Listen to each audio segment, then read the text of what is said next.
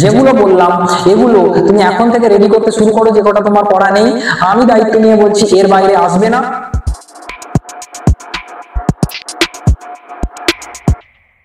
জীববিদ্যা নিয়ে তোমরা অনেকেই জিজ্ঞেস করছিলে স্যার জীববিদ্যার সাজেশন দিন, জীববিদ্যার কোনগুলো দেখে যাও। চলো আর তোমাদের অপেক্ষা করাবো না, তোমাদের জন্য জীববিদ্যার সাজেশন আমি রেডি করেছি, এর বাইরে কোশ্চেন আসবে না, নিশ্চিত থাকো। প্রথমেই আমি চলে আসবো চ্যাপ্টার ওয়াইজ, আমি 2 মার্কস বা 3 মার্কস বলবো, তারপর 5 মার্কস বলবো।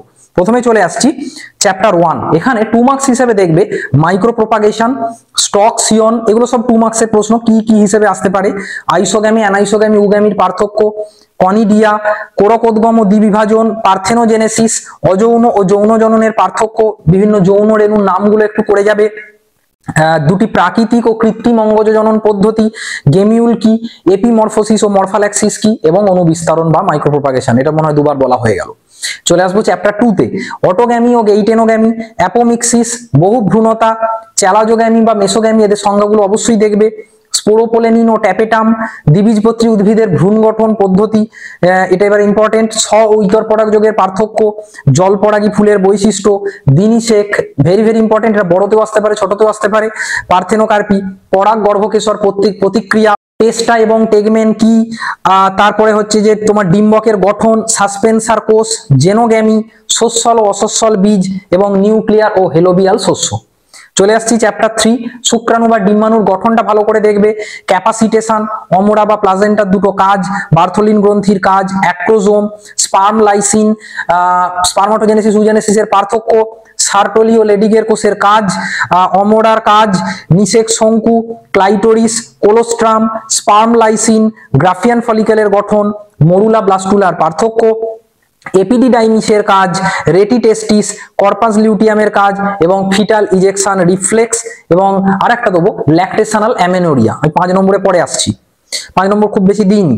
এবার চলে আসবো চ্যাপ্টার 4, জিফট, আইভিএফ বা ইনভিট্রো ফার্টিলাইজেশন, ফুল ফর্ম শুধু লিখে দেবেন, এগুলো জিনিসটা কি একটু ব্যাখ্যা করবে, অ্যামনিওসিন্থেসিসের তাৎপর্য, জন্ম নিয়ন্ত্রণের পদ্ধতি, সিফিলিস ও গনোরিয়া রোগের লক্ষণ, টেস্ট টিউব বেবি, এবং এইডস। চ্যাপ্টার 5 এ চলে আসছি, এখানে তোমরা যেগুলো ভালো করে দেখবে, সহ প্রকটতা, অসম্পূর্ণ প্রকটতা, টেস্ট ক্রস ও ব্যাক ক্রস বা তাদের তাৎপর্য, এপিস্ট্যাসিস, লিঙ্কেজ ও ক্রসিং ওভারের সম্পর্ক, টার্নার সিনড্রোম, প্লিওট্রপিজম, মৌমাছির লিঙ্গ নির্ধারণ পদ্ধতি। আমি যতটা কম সম্ভব দেয়া যায় দিচ্ছি, বুঝতেই পারছো এত মোটা বই, তার থেকে এগুলো খুব বাছাই করে আমি দিয়েছি, এইটুকু জাস্ট করে যাও, তাহলে এর বাইরে আসবে না, আমি তোমাদেরকে দায়িত্ব নিয়ে বলছি। বংশগতির ক্রোমোজোমীয় তত্ত্ব, মাল্টিপল অ্যালিল, পলিজেনিক উত্তরাধিকার, মাল্টিপল জিন, নিউক্লিওজোম এবং বারবডি বা নিউক্লিওজোমের গঠনটা একটু দেখবে। চ্যাপ্টার 6 এ চলে আসছি, সেন্ট্রাল ডগমা, জেনেটিক কোডের বৈশিষ্ট্য ইম্পর্টেন্ট, বা এর ভেতর থেকে কোশ্চেন আসতে পারে, যে কোনো একটা বৈশিষ্ট্য তুলে দিয়ে সেটাকে জানতে চাইতে পারে। এইচজিপির বৈশিষ্ট্য, ডিএনএ এর গঠন, নিউক্লিওজোমের গঠন বা ডিএনএ প্যাকেজিং, ট্রান্সক্রিপশনের রো নির্ভর এবং রো অনির্ভর সমাপ্তিকরণ, ডিএনএ প্রতিলিপিকরণের সূচনা দশা, ওকাজাকি খণ্ডক, টিআরএনএ এর দুটি কাজ, পেপটাইডাইল ট্রান্সফারেজ কি, সেমি কনজারভেটিভ রেপ্লিকেশন বলতে কি বোঝো, sigma factor, RNA primer, intron ও এক্সন, এবং প্রোব এবং ভিএনটিআর। চ্যাপ্টার 7, এখানে দেখবে মাইক্রোস্ফিয়ার, বিবর্তনের ভ্রূণতত্ত্ব ঘটিত প্রমাণ বা প্রত্নতাত্ত্বিক প্রমাণ, অ্যাটাভিজম, নয়া ডারউইনবাদ, সমসংস্থ ও সমবৃত্তীয় অঙ্গ, অভিসারী ও অপসারী বিবর্তন। আমি আবার বারবার বলছি, যেগুলো দিচ্ছি এগুলো করে গেলে এর বাইরে আসবে না। হেকেলের সূত্র, কোয়াসার্ভেট, হট ডাইলিউট স্যুপ, জীবন্ত জীবাশ্ম, মিলার-উডের পরীক্ষা, এবং ডারউইনবাদের ত্রুটি এবং প্রাকৃতিক নির্বাচনবাদ। চ্যাপ্টার 8, হার্ডি উইনবার্গের মূলনীতি তাৎপর্য, very very important, genetic drift, মানুষ ও এপের সাদৃশ্য বা বৈসাদৃশ্য, অভিযোজনমূলক বিকিরণ বা অ্যাডাপটিভ রেডিয়েশন, ইন্ডাস্ট্রিয়াল মেলানিজম, স্থিতিশীল প্রাকৃতিক নির্বাচন, ফাউন্ডার এফেক্ট ও বটলনেক এফেক্ট, মিউটেশনের গুরুত্ব এবং জিন পুল। চলে আসবো চ্যাপ্টার 9, অ্যান্টিজেন অ্যান্টিবডির পার্থক্য, হ্যাপটেন এবং অ্যাডজুভ্যান্ট টিকাকরণের তাৎপর্য, সহজাত ও অর্জিত অনাক্রমতার পার্থক্য, মেটাস্ট্যাসিস, মদ্যপানের ক্ষতিকারক প্রভাব, অ্যান্টিবডির গঠন, ম্যালেরিয়া, ফাইলেরিয়া, অ্যাসকেরিয়াসিসের কারণ ও লক্ষণগুলো একটু পড়ে যাবে, লোফার সিনড্রোম, বিভিন্ন ড্রাগের নাম দেখবে, অ্যান্টিবডির গঠন থেকে শর্ট কোশ্চেন আসতে পারে, রোগের জীবাণু, সিগনেট রিং, ডিপিটি, ইন্টারফেরন। দেখো একটা প্রশ্ন আসতে পারে, সব ইমিউনোজেনই অ্যান্টিজেন, কিন্তু সব অ্যান্টিজেন ইমিউনোজেন নয় কেন? মনোক্লোনাল অ্যান্টিবডি ক্যান্সার কোষের বৈশিষ্ট্য বা বিভিন্ন যে ড্রাগ গুলো আছে, ক্যানাবিনয়েড বলো, ওপিওয়েড বলো, সেগুলো একটু দেখে যাবে।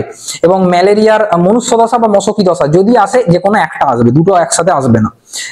ফাইলেরিয়া এবং অ্যাসকারিয়েসিস। আচ্ছা, এবার চলে আসবো চ্যাপ্টার 10, ক্যান্সার কোষের বৈশিষ্ট্যটা বললাম, ওটা দেখে যাবে।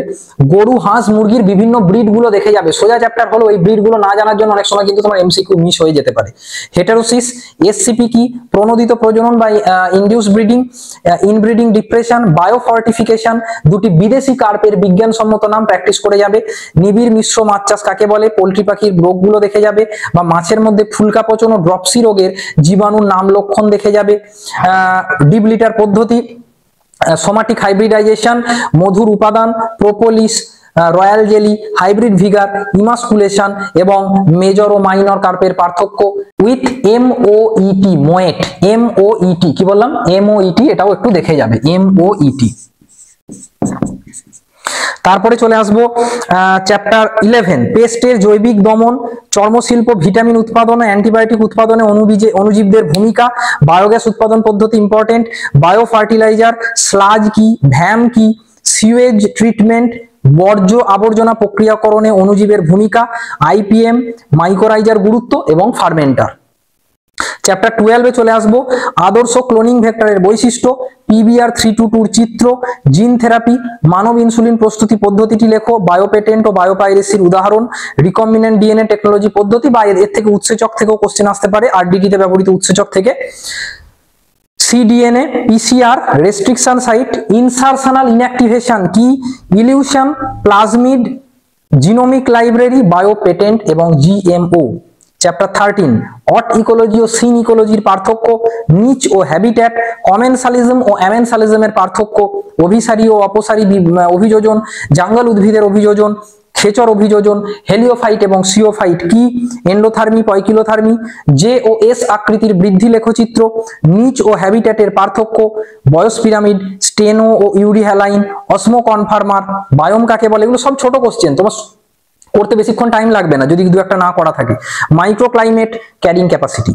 চলে আসবো লাস্ট তিনটে চ্যাপ্টার, চ্যাপ্টার 14, জিপিপি ও এনপিপি তাদের সম্পর্ক, লিন্ডেম্যানের 10% সূত্র, শক্তির পিরামিড সর্বদা সোজা কেন, পরজীবী, গ্রেজিং ও কর্কর খাদ্য শৃঙ্খল কি, কার্বন ও ফসফরাস চক্র কাকে বলে, বাস্তুতান্ত্রিক পর্যায়ক্রম এবারের জন্য খুব important, micro consumer, nitrification, cereal community এবং হাইড্রোসিরি। চ্যাপ্টার 15, লাস্ট দুটো চ্যাপ্টার বাকি আছে। চ্যাপ্টার 15, ইনসিটু ও এক্সিটু সংরক্ষণ, হটস্পটের শর্ত, জেএফএম এবং পিবিআর কি, জীববৈচিত্র্যের গুরুত্ব, এন্ডেমিক প্রজাতি, জিনগত ও প্রজাতিগত বৈচিত্র্য, আলফা বিটা গামা বৈচিত্র্য, হটস্পটের কোন হটস্পটে কি প্রাণী পাওয়া যায় দেখবে, বায়োস্ফিয়ার রিজার্ভ কাকে বলে, red data book, green data book এবং জিন ব্যাংক, IUCN ফুল ফর্ম এবং ক্রায়ো সংরক্ষণ।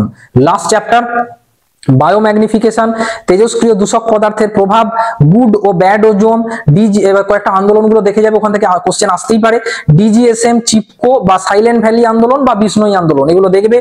বিশ্ব উষ্ণায়নের কারণ, অরণ্য ধ্বংসের কারণ, অম্লবৃষ্টি, গ্রিন হাউস প্রভাব, বায়ু দূষণ, SPM ও JFM আগেই বললাম, অ্যালগাল ব্লুম, জৈব বিবর্ধন বা বায়োম্যাগনিফিকেশন, কঠিন বর্জ্য ব্যবস্থাপনা পদ্ধতি, ওয়াস্ট, বায়ু দূষণের কারণ, তেজস্ক্রিয় বর্জ্য, গ্লোবাল ওয়ার্মিং এর কারণ, ওজোন স্তর ধ্বংসের কারণ, এগুলো কিন্তু ভালো করে পয়েন্ট করে লিখবে। প্যান কি, ইলেকট্রোস্ট্যাটিক প্রেসিপিটেটর কাকে বলে, ইউট্রোফিকেশন, BOD, মন্ট্রিল প্রোটোকল এবং গ্রিন বেঞ্চ। চলে আসবো 5 নম্বরের প্রশ্ন।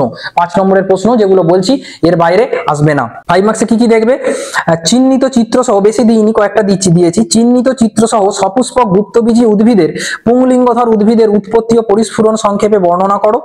একই কোশ্চেন যদি এরম দেয়, পরাগরেণু কিভাবে পুংলিঙ্গধরে রূপান্তরিত হয়। তারপর চিহ্নিত চিত্র সহ সপুষ্পক উদ্ভিদের স্ত্রীলিঙ্গধরের উৎপত্তি ও পরিস্ফুরণ বর্ণনা করো। পুংজননতন্ত্র, স্ত্রীজননতন্ত্রের গঠন দেখবে। শুক্রাশয়, ডিম্বাশয়ের কলাস্তনানুষ্ঠানিক গঠন দেখবে। শুক্রাশয়টা আরো বেশি ইম্পর্টেন্ট, ডিম্বাশয় আসতে পারে। তারপরে হচ্ছে যে আর একটা 2 নম্বরে বলতে ভুলে গেছি, ক্রিপ্টরকিডিজম কি, রজস চক্র কাকে বলে, রজস চক্রের বিভিন্ন দশা বর্ণনা করো, এরাম আসতে পারে, অথবা রজস চক্রের বিভিন্ন দশা নিয়ন্ত্রণে হরমোনগুলোর ভূমিকা লেখো। বংশগতির ক্রোমোজোমীয় তত্ত্ব কি, তত্ত্বটি বর্ণনা করো। জিন ও ক্রোমোজোমের সমান্তরালতা প্রমাণ করো। পাখি বা মৌমাছির লিঙ্গ নির্ধারণ পদ্ধতি, একটা কিন্তু এবার আসার বিরাট চান্স। গ্রিফিথের পরীক্ষা এবং হার্সিচেজের পরীক্ষা, যেটা দিয়ে প্রমাণ করেছিলেন ওনারা ডিএনএ জেনেটিক বস্তু, অবশ্যই দেখবে।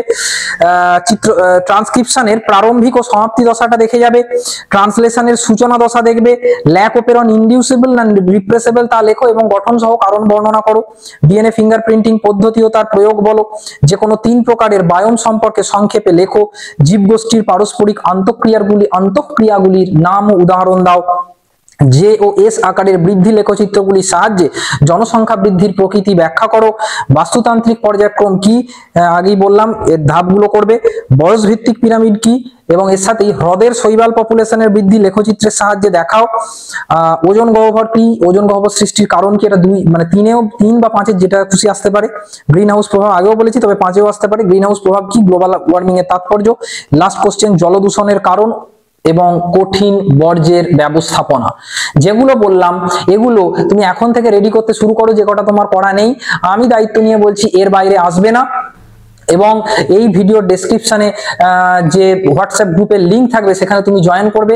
এইটার পিডিএফ আমি দিয়ে দেবো, প্লাস আমি একটা এমসিকিউ এরও সাজেশন বানিয়েছি, সেইগুলো আমি সেখানে আলোচনা করে দেবো বা তোমাদেরকে দিয়ে দেবো। সবার পরীক্ষা খুব ভালো হোক।